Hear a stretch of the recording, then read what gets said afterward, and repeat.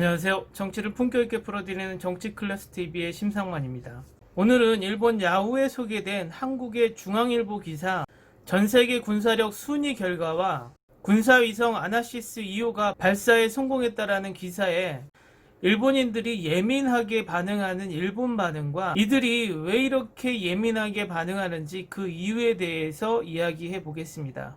먼저 기사 내용을 보면 미국의 군사력 평가기관 글로벌 파이어 파워가 정리한 2020년 국가별 군사력 순위에서 한국이 6위를 차지했다. 21일 GFP의 홈페이지를 보면 한국이 올해 군사력 평가 지수는 0.1509로 전체 138개국 중 6번째였다. 지난해 7위보다 한 단계 상승했다. GFP는 인구와 병력, 무기수, 국방 예산 등 50개 항목을 종합하여 군사력 지수를 산출한다. 지수가 0에 가까울수록 군사력이 강하다는 뜻이다. 북한은 올해 25위 0.3718을 차지하고 작년보다 7계단 하락했다. 핵무기를 보유하고 있는지 여부를 평가 기준에 포함되지 않았다. 올해 평가에서는 1위는 미국, 2위는 러시아, 3위는 중국, 4위는 인도, 5위는 일본이 각각 차지했다. 그럼 이 기사의 댓글 반응을 보실까요? 징병제가 있는 한국은 인건비에서 차지하는 비중이 크고 무기 예산이 부족한 편이다. 게다가 자국 개발 장비는 K2 전차와 소총, 전투기 등 결함품 투성이 왜 세계 6위로 평가되었는지 의문입니다. 일본과의 관계를 차치하고 이 조사에서는 남쪽이 북에 대해서 압도적으로 우위에 있는 평가입니다만 그런데도 실제로 북쪽과 남쪽에서 전쟁이 되었을 경우 북쪽이 강한 것 같다는 생각이 드는 것은 무엇 때문일까요? 한국의 군사가 어디로 향하고 있는가? 북한에 대한 방위라면 항공모함은 불필요하다. 반도국가이고 바다는 동해밖에 없으니 항공모함 따위는 무용하다. 그런데 항공모함을 만든다는 그것은 일본에게 적개심을 드러내는 것이다. 일본처럼 사면이 바다이고 외딴 섬이 많은 나라는 항공모함이 필요하다. 일본의 방위비는 한국과 별 차이가 없기 때문에 평가된 것이 당연하다. 일본은 더 국력에 걸맞는 방위비를 투입해야 한다. 특히 같은 서쪽에 있는 한국이 수상해서 더욱 그렇다.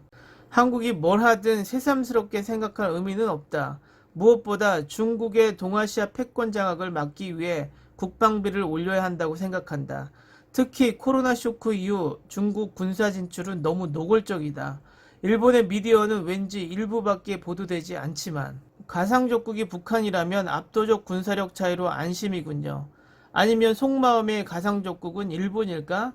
아니면 단순히 일본보다 하위인 게 속상한 걸까? 다음은 한국의 군사위성 아나시스 2호의 발사 성공을 애써 일본 넷 우익들이 폄훼하려는 모습이 보여 안쓰럽기만 합니다.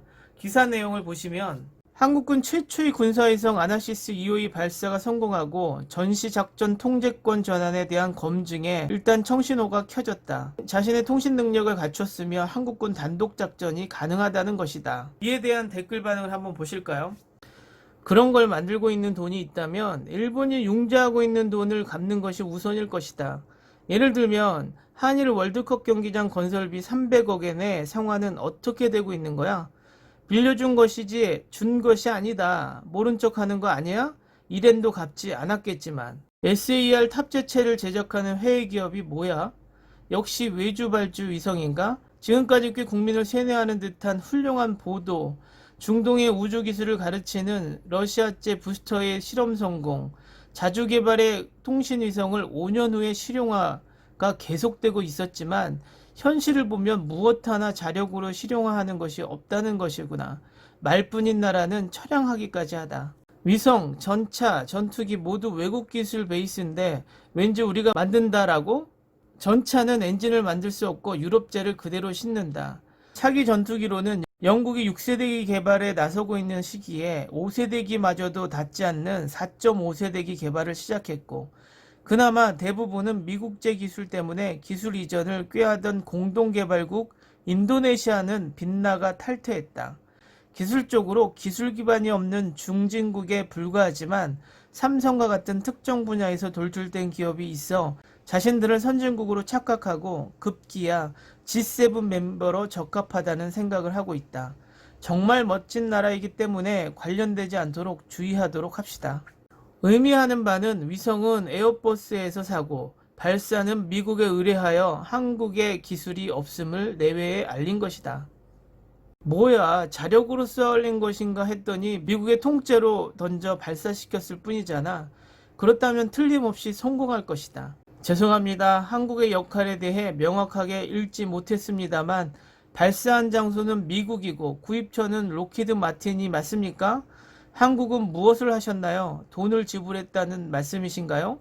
예전 80년대만 해도 대한민국은 일본의 군사력으로 한참 뒤처져 있었지만 지금은 일본과 어깨를 나란히 하고 있는 군사력과 평가 해석에 따라서 일본보다 우위인 해석도 나오고 있습니다. 일본이 대한민국의 군사력이 강해지는 것을 우려하듯 전쟁을 치를 수 없는 일본이 점점 군사력을 키우고 있고 전쟁을 치를 수 있는 나라로 헌법 개정마저 시도하고 있으니 역으로 과거에 뼈아픈 피해를 입었던 우리나라가 더 화를 내야 하는 일이 아닌가 생각해 봅니다.